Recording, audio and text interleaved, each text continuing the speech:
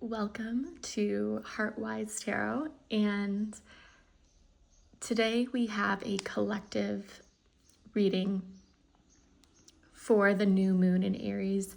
I am taking this spread actually from Emerald Lotus, and so the first, I'm gonna put to see the questions, I have them written down. The first card, represented by the Seven of Swords, is the overall energy that this new moon awakens. And to get the Seven of Swords, when I drew this card, I did take a peek at the bottom of the deck and I noticed the Ten of Swords in reverse. So immediately you can see this person is heartbroken. And so Don't Go Breaking My Heart came to me, I Want to Get You Back, or Get You Back, I don't know, the song by Olivia Rodrigo. And then vigilante shit came to mind. The Disney villain that also popped into my head, like at random, that doesn't usually happen, but it's Shere Khan. Just because Shere Khan, from the Jungle Book, if you don't know what I'm talking about. But I think that, like, Shere Khan's story demonstrates how one can take, like, personal vengeance for something that they feel should be done, even if it's not necessarily the best choice. Because I keep coming back to this message of you wanting, like, vengeance for your pain. Like, someone said something or did something that hurt you and significantly violated your trust. This could have been within the last 6 to 7 weeks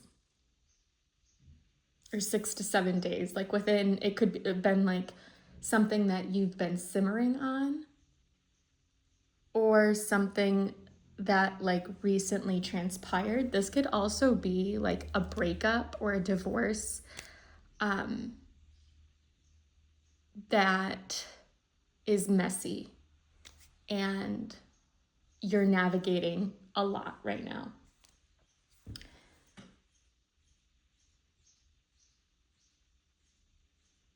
I think with the Seven of Swords, you see them kind of isolated as like the lone wolf or like the black cat or the black sheep. And maybe you've taken on that identity as a scapegoat within the couple system or the family system that you're in. Sometimes it feels better to be like on your own. Maybe you've never been one for group projects because you've always been stuck with the work, and or you have consistently been given like the shorter end of the stick in terms of results, or other people's work don't necessarily match up to your standard of quality. I'm hearing too that you're learning to own and embrace your own like brand of weird. And next to the Justice card, though, Justice represents the path that you're moving towards. And I think that this is one of, instead of avoiding responsibility and account, like for your part in the situation, Justice is one that inspires like the opposite of what the Seven of Swords is emanating. Like, justice is all about taking responsibility for our actions and owning up to our role in the pattern, whereas the Seven of Swords would rather like avoid that conversation or even like possibly deny their part in the situation. But Justice is also like you have to accept and kind of own up to the consequences of your actions. like you took said steps, and so it's like where that path is going to lead you, like that's like if you hit a dead end, you hit a dead end, and that's just what happened. It can be really hard for you to trust in other people. Sometimes, like, you could either be running away or trying to escape your problems, and spirit is trying to encourage you to do the opposite. And that's obviously maybe not something that you can do 100%, like over, but also the awareness, to be aware of when we are denying and like what is coming up for us, noticing like what thoughts are coming into our brain, because as you can see, this is a very heavy air dominant like spread of cards. Maybe with the Seven of Swords, like you're willing to do whatever you need to do to gain a sense of independence and autonomy and freedom. Someone, like, the phrase wearing your heart on your sleeve, you wear your pain on your sleeve. And what I mean by that is, like, right now you're having a lot of conversations surrounding like what's bothering you. However, I don't know if that ruminating on, like, the more that you talk about the problem, not the solution, I'm just saying the problem, I don't think that it's just kind of like pressing the gas when you, like, in the driver's seat and you're like stuck in this huge like mud ditch. It's not really getting you anywhere towards a solution.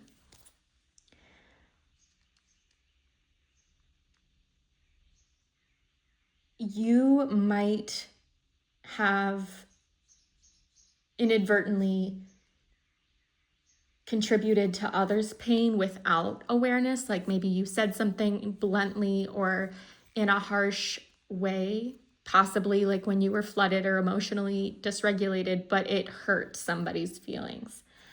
And so I think this brings up the kind of intent over impact frame of reference.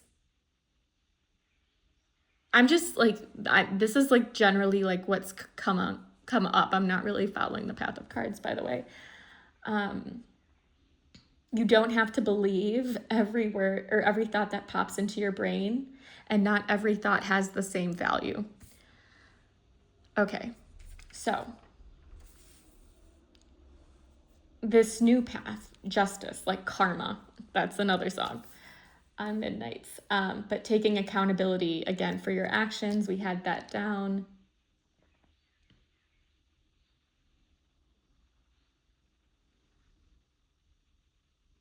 I'm trying to read like I have like I do channeled readings sometimes, and this is like the time that I like just wrote like all the thoughts that I got channeled from the cards, and I can't like read my own handwriting.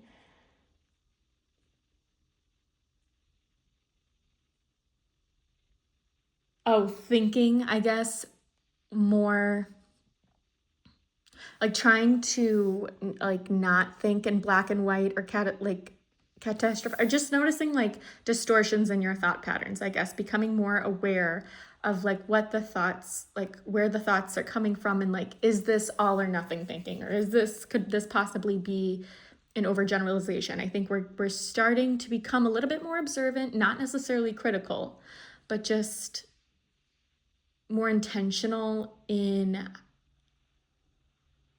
examining what thoughts are coming to our minds.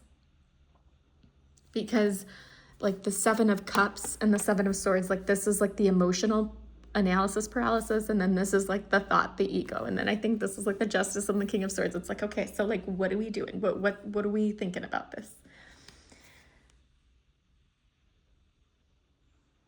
With the Seven of Swords and like the Justice and the King of Swords, because the King of Swords is like a leader, a thought leader, or someone who has a lot of power within society to make decisions. And so you could be receiving a judgment or some kind of movement forward in a court case. I did mention divorce. It could be having to do with that and like navigating custody, because like Seven of Cups is like, kind of what you want might not necessarily like you can put it on the table, but you might not necessarily get to have it.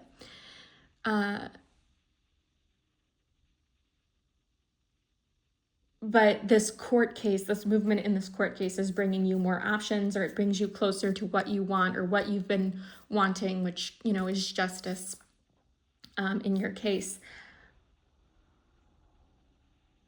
If this is a lawsuit, you could be walking away with some money, because we do have like the 10 of Pentacles and the King of Pentacles here. And I would say, like,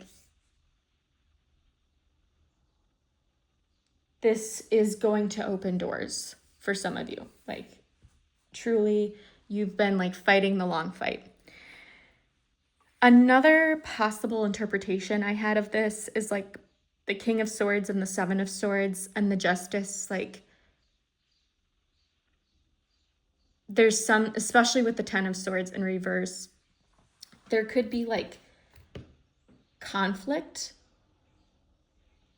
about something, about a decision, about a situation.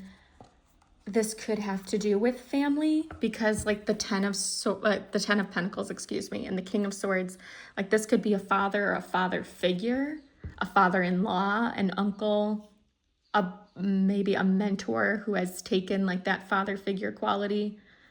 There's that other song, if you're a Swiftie, like, you know, you've got fodder. But anyways,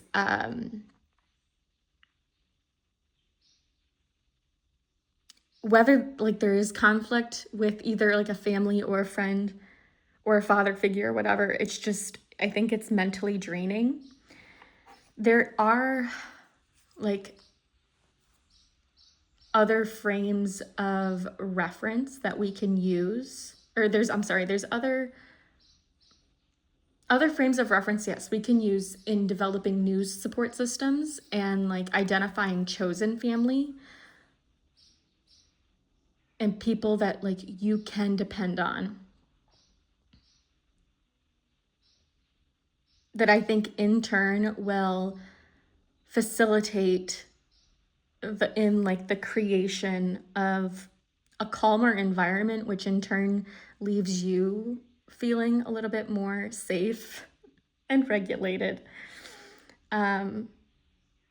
Overall, you're doing the research, you're doing the work and getting clear on what you want to call in. The Seven of Cups is a lot of times suggesting like vision boards, because like there's this case of indecision.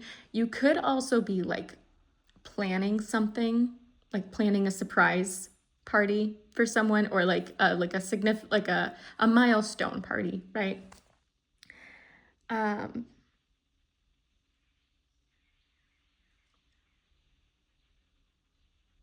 You could be let down by someone in your family. And I was mentioning like father figures because of the kings. But this could be like just somebody who you thought had your best interest at heart. I don't know, like they disappointed you, and maybe you are contemplating like estrangement or cutoff.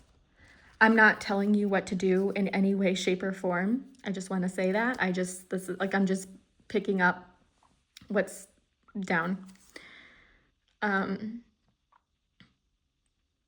You could be dealing with some sort of like inheritance or will. Maybe there are stocks or shares of stocks that need to be distributed. Like, and it, like the will itself could be causing conflict, and therefore it's like blocking this, like the grieving period.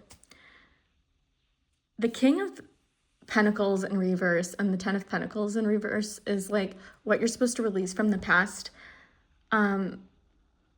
This could be like issues around self-worth and like feeling not worthy or not like good enough to have good things, or to believe that you deserve good things, or that you have like the skills to make it happen. There could be a lot of like imposterism. With the King of Pentacles in reverse, I was mentioning father. This could be somebody who is like super isolated. Maybe they are experiencing like poor health issues. That could be mental health or physical health. But they could, like, you have to have like a willingness to change, and I think I get this question a lot about like, when do you think like ultimately change is not going to happen? And I don't know if there's like an exact age, but when we lose like the willing, because we have neuroplasticity, like our brains are constantly changing and growing and developing. But you need to have the willingness to do that introspection. And when that is lost, then that opportunity becomes less and less like within reach. And so in this case, I do think maybe there's somebody who has a paradigm that they're not willing to really change, or maybe they're not willing to take accountability. And so now it puts you in the tough spot of having to make a decision for yourself or for the situation. And like, it could have serious ramifications on the future. On another note, this could also be you investing the time and the resources to do the inner work.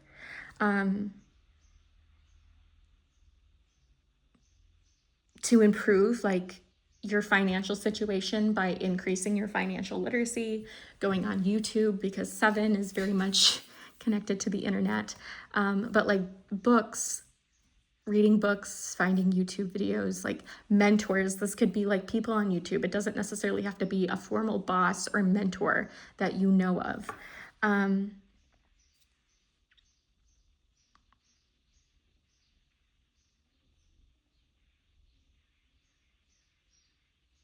I think possibly, like, even though like you could be pruning people from your lives, you could be asking like, is this somebody that I want to invest my time, my money, my effort, my energy in? And so like you might find that in the next 6 months, like you got to cut some branches off, or you have to reconfigure how you carry yourself around them, like what boundaries you need to set. How do you feel safe? You could be receiving like really good, solid advice from someone who you consider an expert within your relative field. Again, it could be somebody that you come or to find or stumble upon virtually. This could also be like going on a retreat to really like expand, or travel to expand your mind, or to get your mind off of something. But I do think that like the family and friends who you can trust to stand in your corner are going to show up for you and rally, and like you will grow stronger relationships as long as you can take accountability. That accountability piece is really, really hard, and so is trusting others, especially if you're a little bit like, if you have more of an avoidant attachment style. Again, not diagnosing, you know who you are, basta. Also, I think you will be seeing over the course, I want you to decide on a sign that you want to see from the universe. And, you know, whether it be like a color, a flower, a teapot, a pumpkin, and just like, you know, or the universe will be sending you signs and you'll know who those are. Developing significant relationships, I kind of covered that. And then I think this is going to be like a milestone time or a pivotal time within your career sector, or in your job, or in your business, whatever you're doing. So we're going to close out with some astro dice. I'm going to get the top 3 signs that are going to play the most prominent role, whether it be themes, or like this could be you or somebody else's personal planets. So we have Cancer, we have Capricorn, and we have Gemini.